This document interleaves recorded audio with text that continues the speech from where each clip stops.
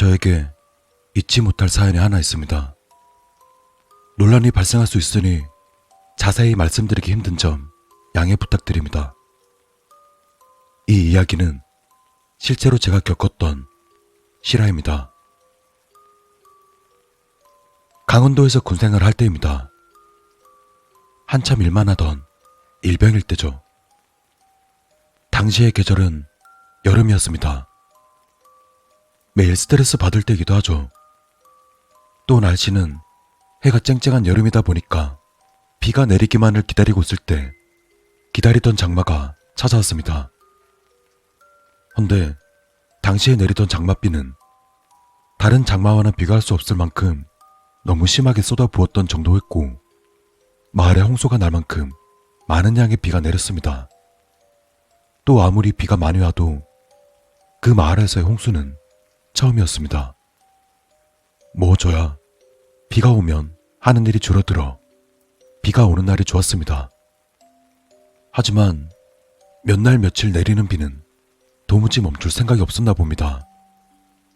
그 덕에 온통 마을은 한바탕 난리가 났었죠. 집 떠내려가고 사람 실종되고 가축이니 차들이니 모두가 떠내려가는 아수라장을 연상케 했었습니다.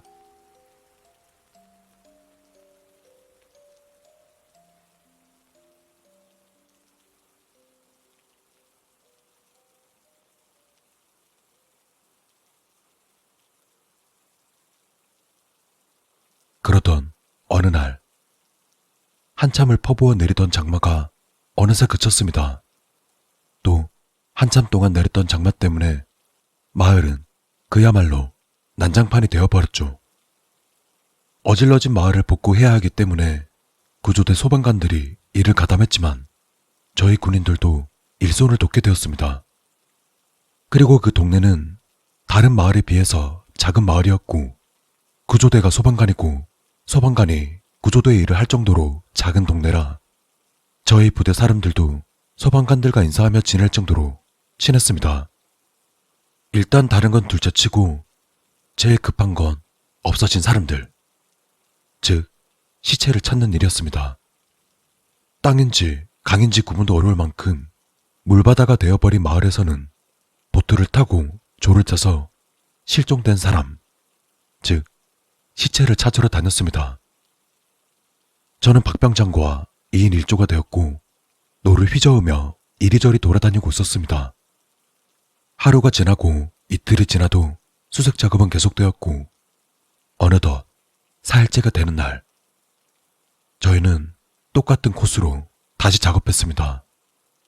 또한 그 마을은 시골이라 그런지 무수히 많은 잡초들이 있었고 그 잡초들을 헤쳐가면서 작업을 해야만 했었습니다.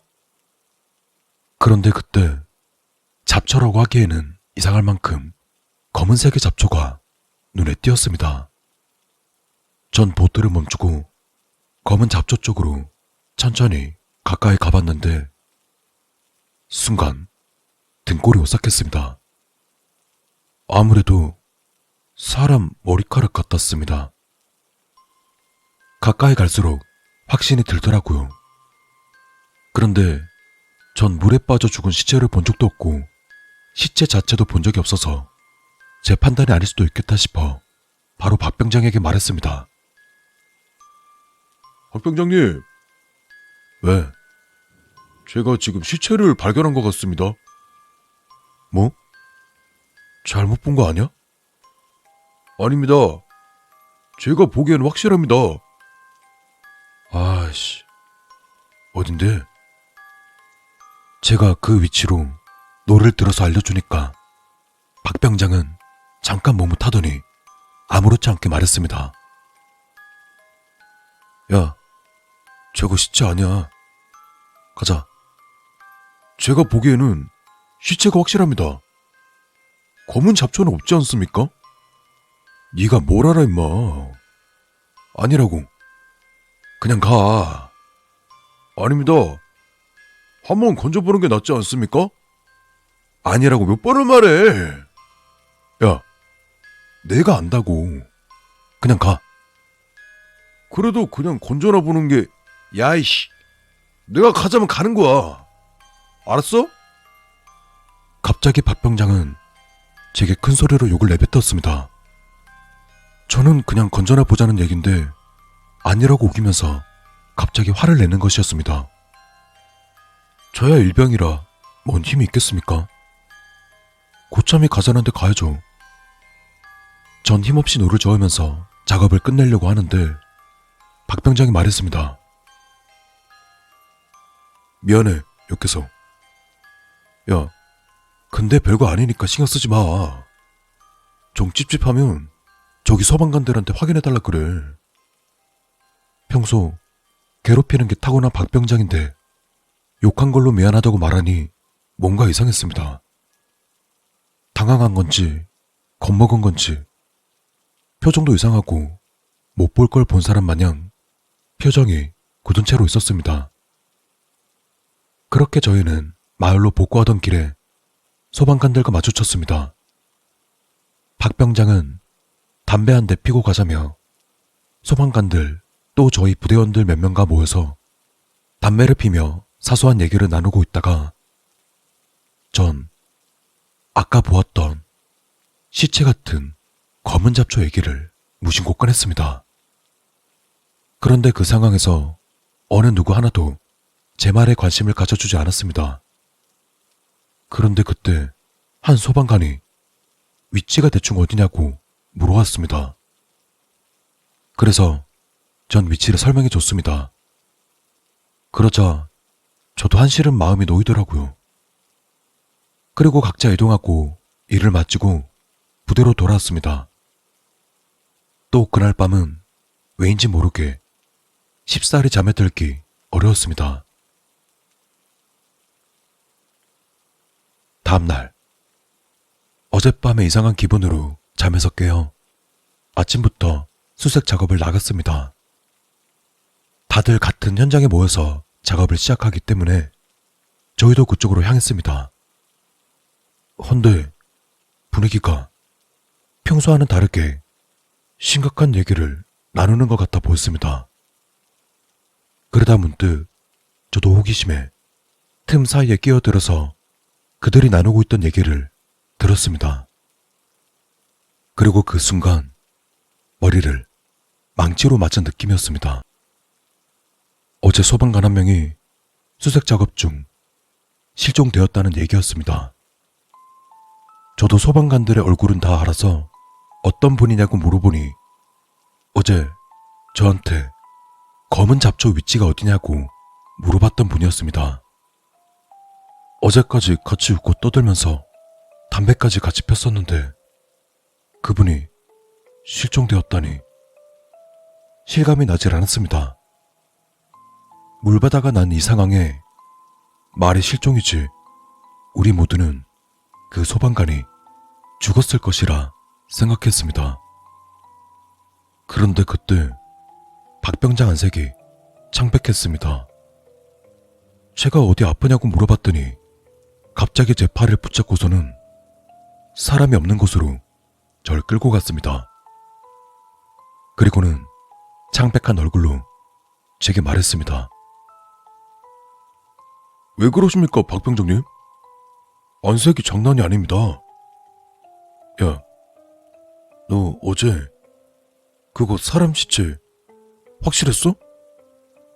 아, 그거 말씀이십니까? 그 시체 얼굴 봤냐고. 아니요. 머리카락 같은 것만 보였습니다. 그치? 얼굴은 안 보이고 머리만 보였지? 예, 그렇습니다. 근데 박 병장님이 아니라고 하지 않았습니까? 왜 그러십니까?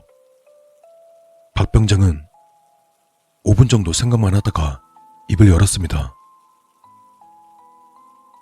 야, 우리 집이 그 점 같은 걸 좀 심하게 믿거든? 우리 고모가 점쟁이고 그래서 우리 집 굿도 많이 하고 그래.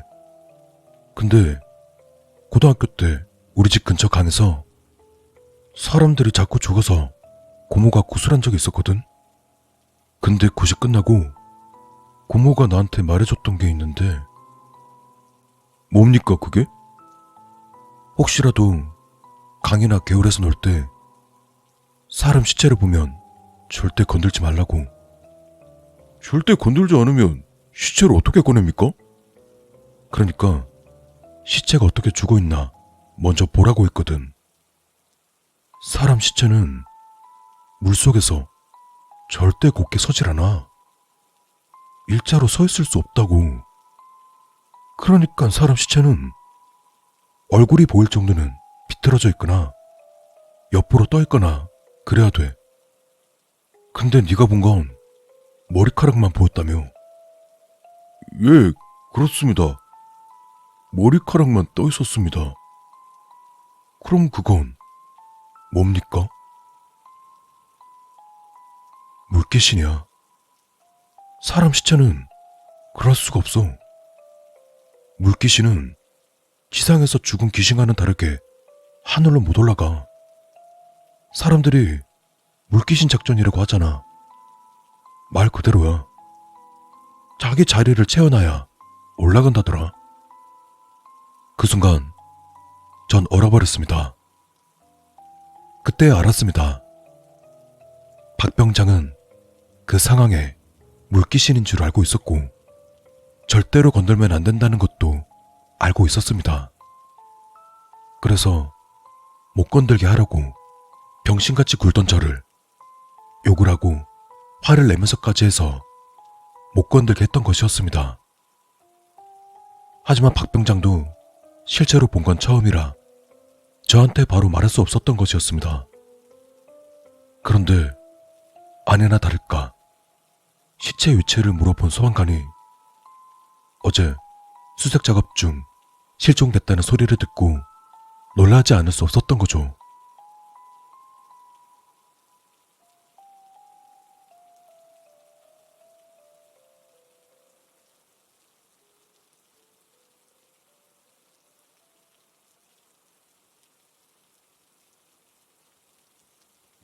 그렇게 며칠이 지나고 물도 다 말랐습니다. 부서진 집들만 빼고는 그 마을은 모습을 되찾았습니다. 하지만 여전히 그 소방관은 실종 상태였습니다. 시간이 흘러 박병장이 제대하고 저도 제대했습니다. 그 일이 있고 나서 그곳은 또다시 익사 사고가 났습니다. 물론 실종으로 처리되었고요.